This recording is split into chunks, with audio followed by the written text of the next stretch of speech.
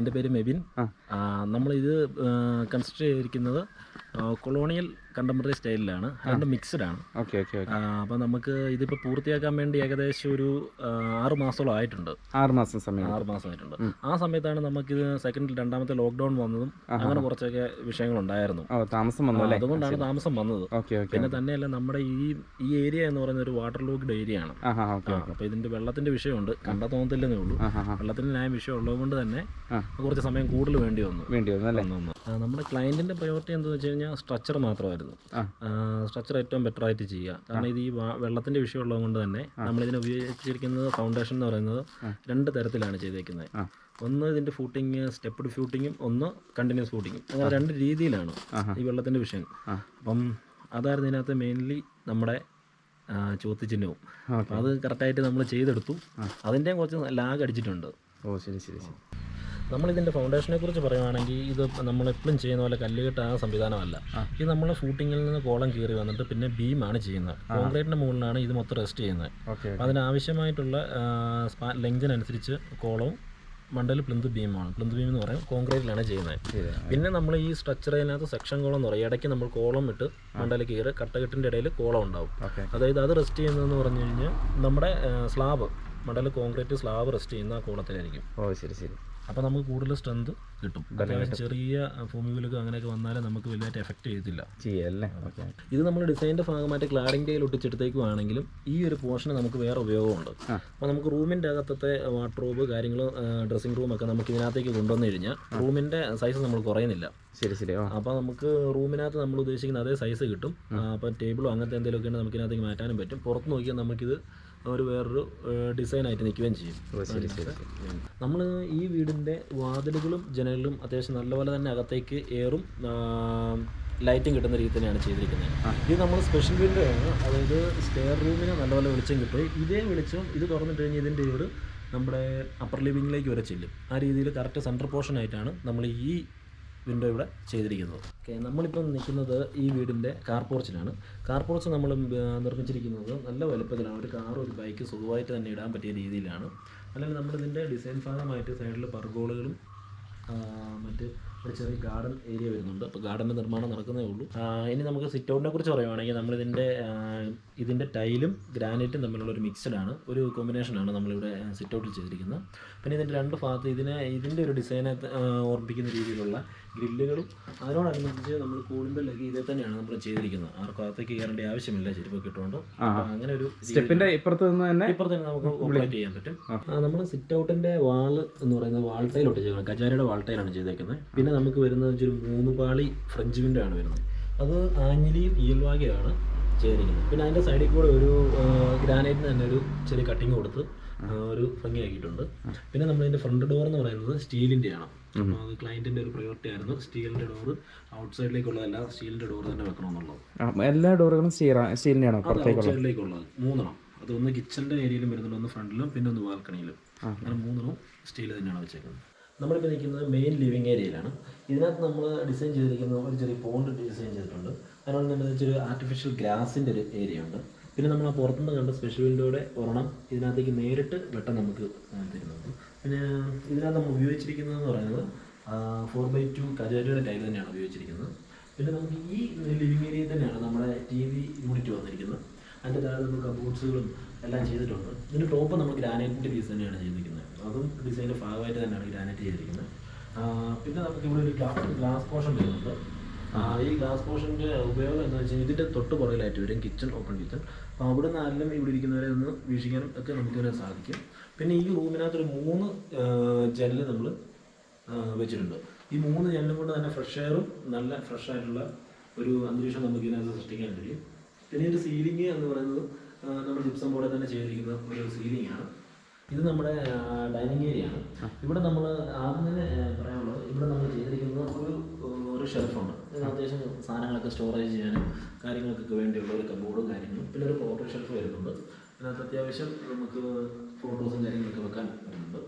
പിന്നെ നമുക്ക് അതിനോടനുബന്ധിച്ച് തന്നെയാണ് നമ്മുടെ വാഷ് ഏരിയ വരുന്നത്. ഈ സൈഡിലേക്ക് വന്നു കഴിഞ്ഞാൽ നമുക്കൊരു 4 പാളിയുടെ ജനലാണ് ഇവിടെ വരുന്നത്. അതുകൊണ്ട് തന്നെ അത്യാവശ്യം നമുക്ക് നല്ലപോലെ തന്നെ വെട്ടം വരുന്നുണ്ട്. പിന്നെ ഇതിൻ്റെ തൊട്ട് മുകളിൽ തന്നെയാണ് നമ്മൾ പർഗോള ചെയ്തിരിക്കുന്നത്.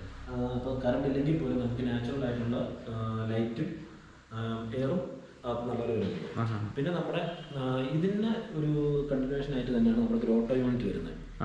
അപ്പോൾ നമുക്ക് കിഴക്കോട്ട് തന്നെ നോക്കി നിൽക്കുന്ന രീതിയിലുള്ള ഒരു യൂണിറ്റാണ് നമ്മളിവിടെ ചെയ്തിരിക്കുന്നത്. പിന്നെ ഇവിടുത്തെ എല്ലാ കോമ്പണൻറ്റ് തന്നെ ഒരേ ടൈലാണ് യൂസ് ചെയ്തിരിക്കുന്നത്. 4x20 നമ്മൾ ആ ഫ്രണ്ട് കണ്ട അതേ ടൈൽ തന്നെയാണ് യൂസ് ചെയ്തിരിക്കുന്നത്. പിന്നെ കിച്ചന്റെ കാര്യം പറയുകയാണെന്നുണ്ടെങ്കിൽ ഇതൊരു ഓപ്പൺ കിച്ചൺ ആയിട്ടാണ് ഡൈനിങ് ഏരിയയോട് തന്നെ ചേർന്നിട്ട് നിർമ്മിക്കപ്പെട്ടിട്ടുള്ളത്. അപ്പോൾ ഇവിടെ ഒരു ബാർ കൗണ്ടർ കൊടുത്തിട്ടുണ്ട്. അതോടൊപ്പം തന്നെ ഇങ്ങോട്ട് വരികയാണെന്നുണ്ടെങ്കിൽ നമ്മുടെ കബോർഡിന്റെ മുകൾ ഭാഗത്തായിട്ട് നമ്മുടെ ഗ്രാനൈറ്റ് സ്ലാബുകളാണ് നൽകിയിരിക്കുന്നത്.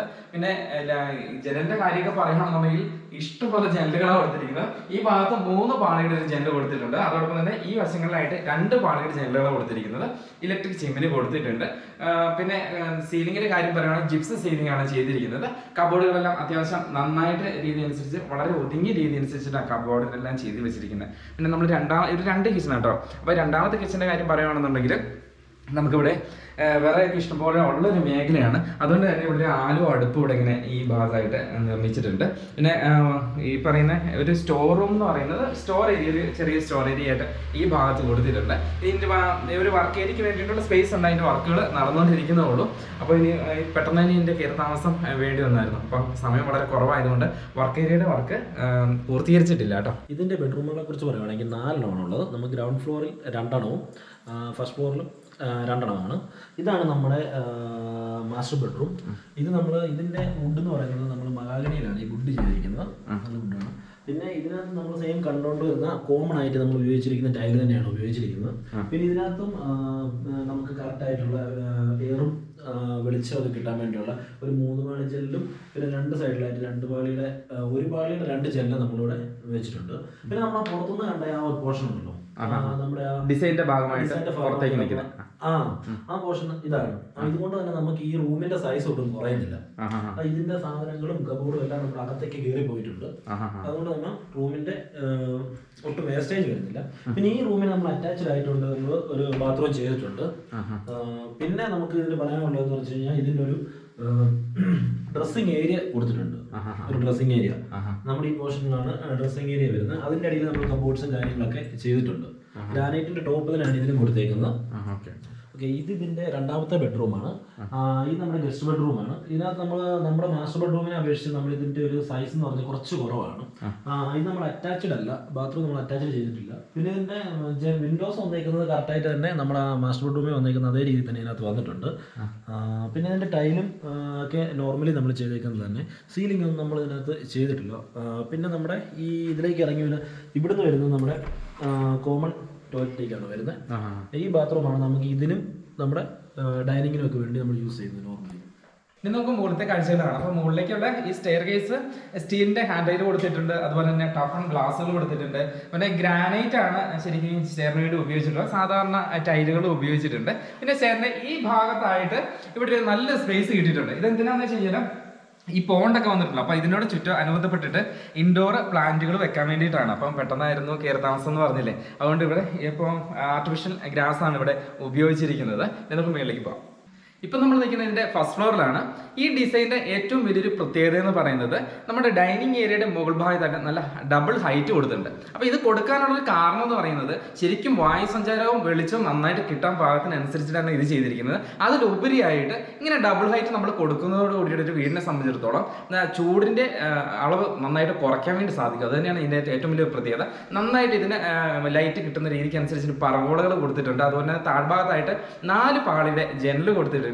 സീലിംഗ് ആണ് ജിപ്സം സീൽ ചെയ്തിട്ടുണ്ട്. താഴത്തെ അപേക്ഷിച്ചിട്ട് ഇവിടെ വാം വൈറ്റിന് പകരമായിട്ട് വൈറ്റ് ആണ് സ്ട്രിപ്പ് ലൈറ്റുകൾ കൊടുത്തേക്കുന്നത്. അതുപോലെ 3 വാട്ടിന്റെ LED പാനൽ ലൈറ്റുകൾ കൊടുത്തിട്ടുണ്ട്. അപ്പോൾ ഇങ്ങനെ ഈ ഡൈനിങ് ഏരിയയുടെ ഭാഗത്തുനിന്ന് ഇത്ര ഹൈറ്റ് കൊടുത്തതുകൊണ്ട് ശരിക്കും പറഞ്ഞാൽ ഈ മുകളിലത്തെ ഭാഗത്തെ ഹാളിലേക്കും ഒക്കെ നന്നായിട്ട് നമുക്ക് വെളിച്ചവും അതുപോലെ തന്നെ വായു ഒക്കെ നന്നായിട്ട് കിട്ടുന്ന രീതി അനുസരിച്ചിട്ട് തന്നെയാണ് ഇതിന്റെ നിർമ്മാണം. ഇവിടെ 2 ബെഡ്റൂമുകളാണ് ഈ ഭാഗത്തായിട്ടുള്ളത്. താഴത്തെ ബെഡ്റൂമുകൾ പോലെ തന്നെയാണ്. അത് പ്രത്യേകിച്ചിട്ട് വലിയ പ്രത്യേകതകൾ ഇല്ലാത്തതുകൊണ്ടാണ് നമ്മളിത് എടുത്ത് പറയാത്തത്. പിന്നെ ഈ ഹാളിൽ നിന്ന് നേരെ ടെറസിലേക്ക് കടക്കാൻ പാകത്തിനനുസരിച്ചിട്ട് ഇവിടെ ഒരു വാതിൽ കൊടുത്തിട്ടുണ്ട്. ഇത് സ്റ്റീൽ ഡോറാണ് ഇവിടെ കൊടുത്തിരിക്കുന്നത്. പിന്നെ ടൈലുകളെ കുറിച്ചോട് പറയാനാണെന്നുണ്ടെങ്കിൽ താഴത്തെ പോലെ തന്നെയാണ് ടൈലുകൾ. വേറെ വ്യത്യാസപ്പെടുത്തിയ രീതിക്ക് കൊടുത്തിട്ടില്ല. പിന്നെ ജിപ്സം സീലിംഗ് കൊടുത്തിട്ടുണ്ട്, അത്യാവശ്യം ഹാങ്ങിങ് ലൈറ്റുകളും അതുപോലെ സ്ട്രിപ്പ് ലൈറ്റുകളുമാണ് കൊടുത്തിരിക്കുന്നത്. പിന്നെ ഇതിൻ്റെ ഹാളിലേക്ക് വന്നു കഴിയുമ്പോഴത്തേക്കും ഈ ഭാഗത്തായിട്ട് 3 പാളിയുടെ 2 ജനലുകൾ കൊടുത്തിട്ടുണ്ട്. 2 ഭാഗത്തായിട്ട് അത്യാവശ്യം നല്ല രീതിക്ക് വെളിച്ചം കിട്ടാൻ പാകത്തിനനുസരിച്ചിട്ട് അങ്ങനെ ചെയ്തിട്ടുണ്ട്. ഇനി നമുക്കിതിൻ്റെ ബാൽക്കണിയിലേക്ക് പോകാം. ഇപ്പോൾ നമ്മൾ നിൽക്കുന്നത് ഇതിൻ്റെ ബാൽക്കണിയിലാണ്. ഇതിൻ്റെ ഈ ഭാഗം എന്ന് പറയുന്നത് നമ്മുടെ താഴത്തെ കാർ പോർച്ചിൻ്റെ ടോപ്പാണ്. ഇവിടെ നമ്മൾ ഉദ്ദേശിച്ചിരിക്കുന്നത് ഒരു നാച്ചുറൽ ആയിട്ടുള്ളൊരു ഗാർഡൻ ചെയ്യാൻ വേണ്ടിയാണ് നമ്മൾ ഉദ്ദേശിക്കുന്നത്. പിന്നെ ഇവിടെയും സെയിം നമ്മൾ ആ സ്റ്റെയർ കേസിൽ കണ്ടുപോലെ തന്നെ ഹാൻഡ് റെയിലും സ്റ്റീലിൻ്റെയും ടഫ് ആൻഡ് ഗ്ലാസ് തന്നെയാണ് ഉപയോഗിച്ചിരിക്കുന്നത്.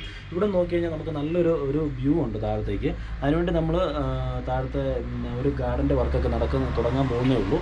പിന്നെ നമ്മൾ കയറി വരുന്ന വഴിയിൽ ചെയ്തേക്കുന്നത് ആർട്ടിഫിഷ്യൽ ഗ്രാസും പിന്നെ നമുക്ക് കൊടുത്തിരിക്കുന്നത് കോൺക്രീറ്റിൻ്റെ ബ്ലോക്കുകളാണ് ഉപയോഗിച്ചിരിക്കുന്നത്. സാറിന് എല്ലാവരും കല്ലിൻ്റെയാണ്, അത് സ്റ്റോണാണ് യൂസ് ചെയ്യുന്നത്. അപ്പോൾ നമ്മൾ കുറച്ചും കൂടി കോസ്റ്റ് എഫക്റ്റീവാണ് ഈ നമ്മുടെ ഈ സ്റ്റോണിൻ്റെ ഈ കോൺക്രീറ്റ് ബ്ലോക്സ് വരുമ്പോൾ.